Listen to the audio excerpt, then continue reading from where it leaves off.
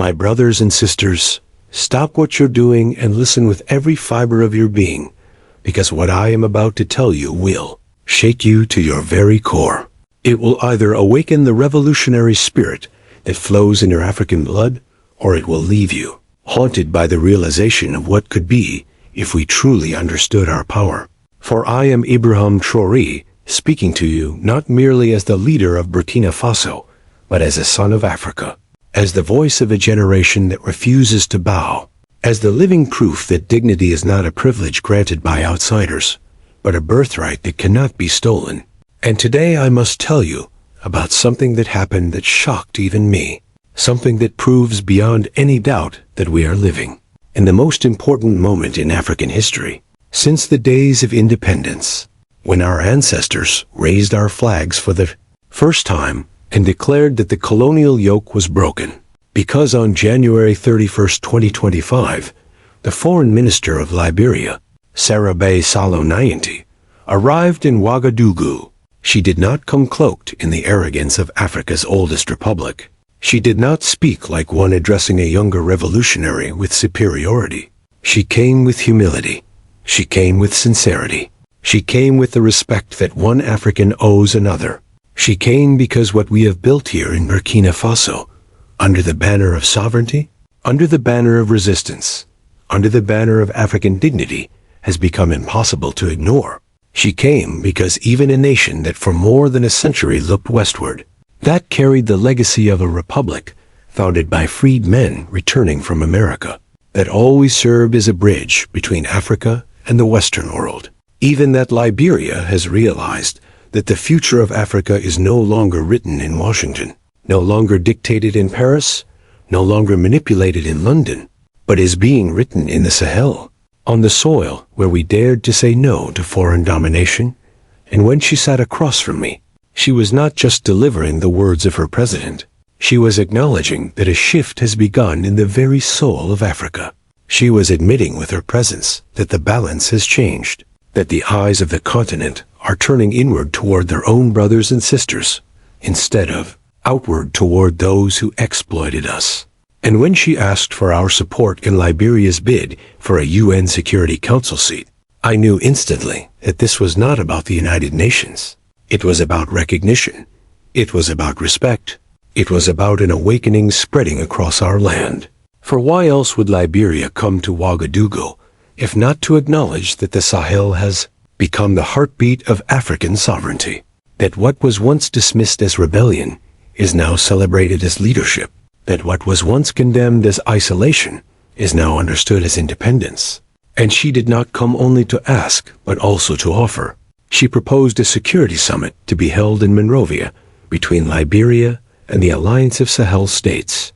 She proposed economic corridors linking our production zones with Liberia's Atlantic ports. She proposed joint investment, cooperation, solidarity, African capital in African hands, African solutions to African problems.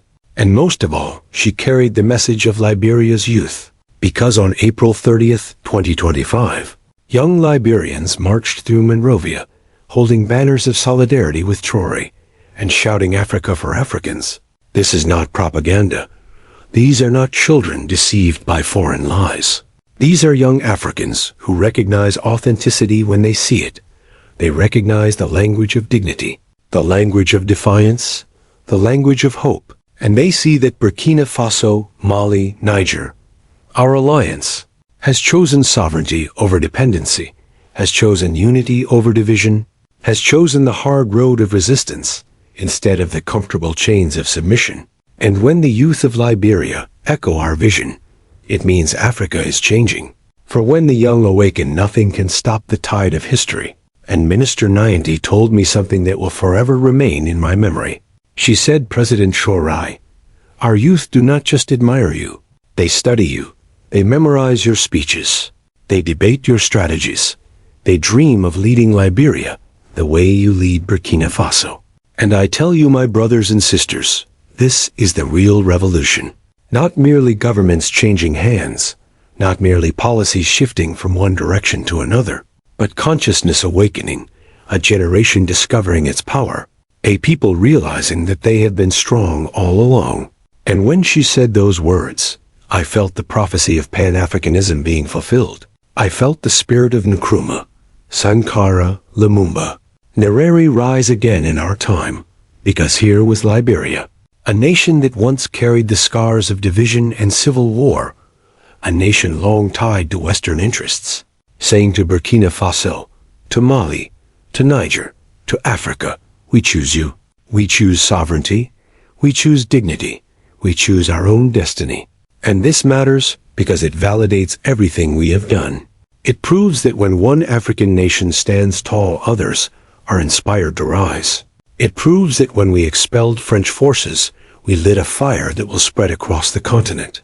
It proves that when we rejected the CFA franc and colonial financial chains, we opened the imagination of others who now dare to ask why not us.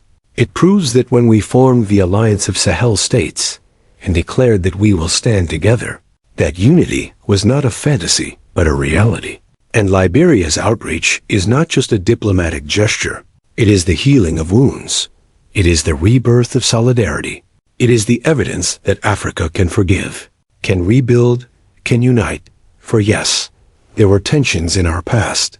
There were accusations and suspicions during Liberia's civil war. But today, we choose to rise above them. Today, we choose to write a new chapter. Today, we choose progress over pain, unity over division, the future over the past. And as we sat together in Ouagadougou speaking of corridors, of ports, of agriculture, of energy, of youth, of sovereignty, I realized that the Africa our ancestors dreamed of is being born in our time. I realized that the lies we were told for centuries, that we cannot govern ourselves, that we cannot unite, that we cannot be trusted with our own resources, those lies are crumbling. And what terrifies our opponents is not our weapons, though we are armed, not our resources, though we are rich, not our alliances, though we are strong. What terrifies them most is our example. Because every day that Burkina Faso survives without French military bases, other Africans ask, why do we still host them? Every day that we prosper without World Bank dictates, other Africans ask, why do we still bow? Every day that we find African solutions to African problems, other Africans ask, why do we still beg for theirs? And this is the contagion they cannot stop. The contagion of dignity, the contagion of self-respect, the contagion of African pride. And yes, my brothers and sisters, they will fight back. They will not surrender. They will spread lies about instability. They will fund NGOs to protest. They will bribe politicians to resist. They will sanction. They will isolate. They will use every weapon they have used for centuries. But what they cannot erase is the image of Minister Nyanti sitting with me as an equal. What they cannot erase are the marshes of young Liberians declaring solidarity.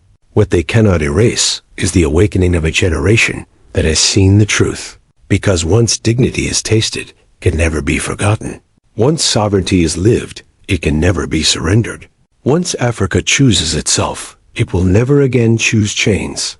And that is why I stand before you today, not only as Ibrahim Traore, not only as a Burkinabe, but as the voice of Africa's future, telling you that the tide has turned, the fire has been lit, the path is open. And now the question is not whether Africa will rise. The question is who will rise with it. The question is whether you will be spectators or participants. The question is whether you will cross the bridge that Liberia has crossed, whether you will add your voice, your hands, your energy to this renaissance, for Africa is calling. And how you answer will determine whether our children inherit a continent of dignity or a continent of dependency. And I, for one, choose dignity. One choose unity. I choose sovereignty. I choose Africa.